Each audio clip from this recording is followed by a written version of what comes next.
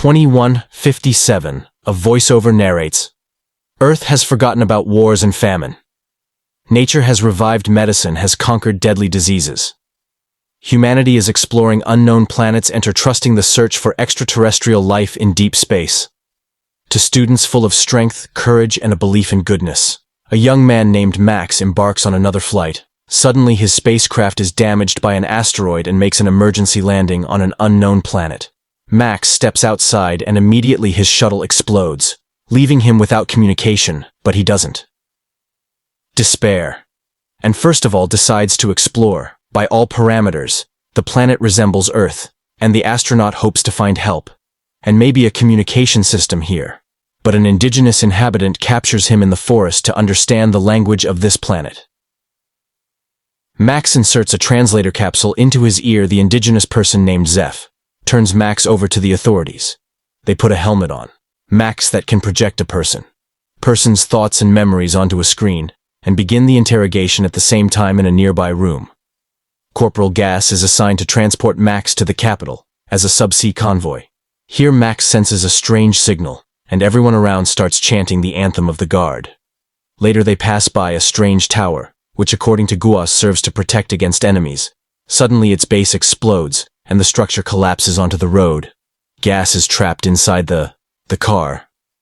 But Max pulls the corporal out. It turns out that this act was carried out by the rebels, the main enemies of the supreme authority of the state. The two men reach the capital on foot.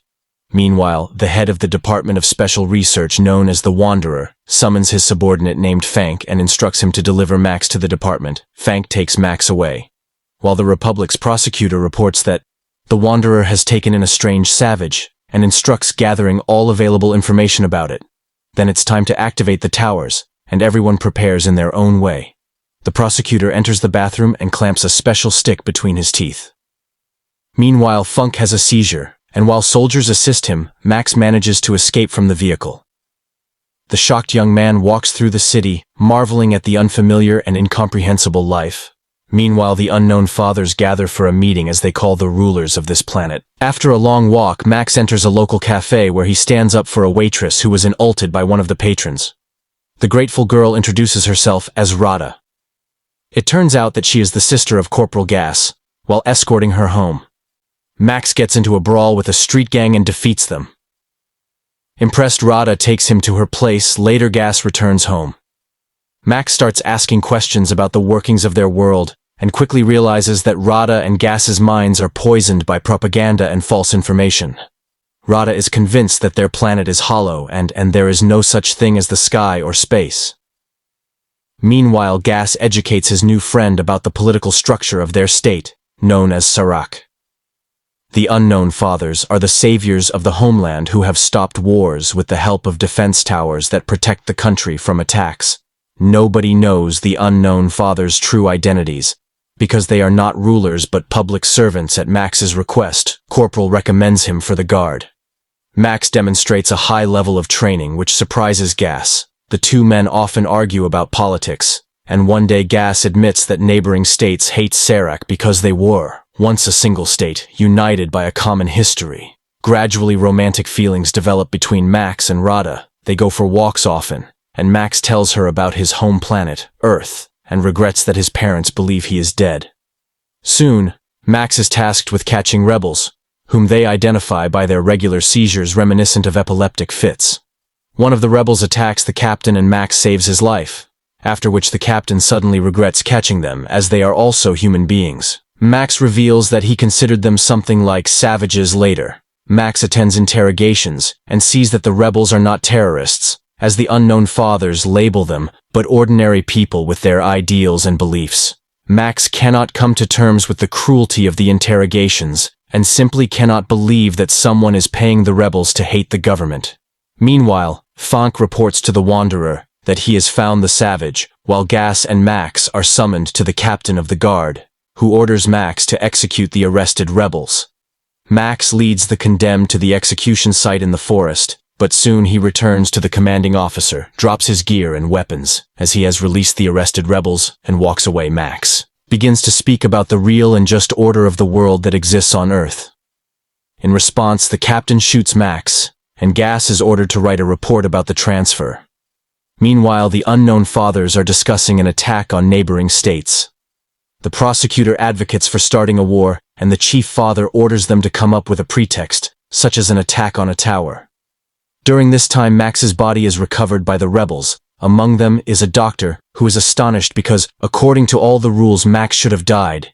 He reveals that the unknown fathers are a group of conspirators who have seized power and eliminated denters, thus diverting the population's attention from poverty and corruption. The towers are transmitters of special radiation that hypnotizes the impoverished people, although most of them do not notice it. The minority, which includes the rebels, experiences excruciating pain. The transmitters are activated twice a day across the country, causing people to go insane and die.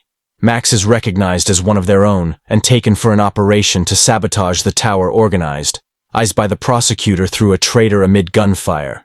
Max makes his way to the transmitter and detonates it. However, the rebel squad perishes. Max seeks refuge in Rada's apartment, where he reveals everything he has learned about the towers. Gaius does not believe this, and suggests that Max should return to his home and take Rada with him. But at that moment, the guards storm the apartment and arrest the men. Max is incarcerated in a prison where he is recognized by the indigenous Z, who is also a rebel. Max tells Z about the tower's destruction and the loss of the rebel squad. Meanwhile, the Wanderer asks the prosecutor to hand over Max to him. The prosecutor, however, requests in return to halt the development of more precise transmitters, as he fears that his secret will be revealed since his reaction to the raid and is similar to that of the rebels, meaning he is also a descender. Later, Max and other death row inmates are sent to clear the southern borders of the remaining war robots. During this time, the prosecutor learns that Max is immune to the emitters. He decides to break the agreement with the Wanderer and orders Max to be brought to him the next day. Max attempts to convey to the rebels the idea that they should not destroy the towers one by one, but strike at the center where the signal originates. Z becomes furious and explains that the towers are not for identifying denters. They are active continuously, not just twice a day. The radiation from the towers robs people of their ability to think critically. However, it makes them believe everything that newspapers, radio, TV,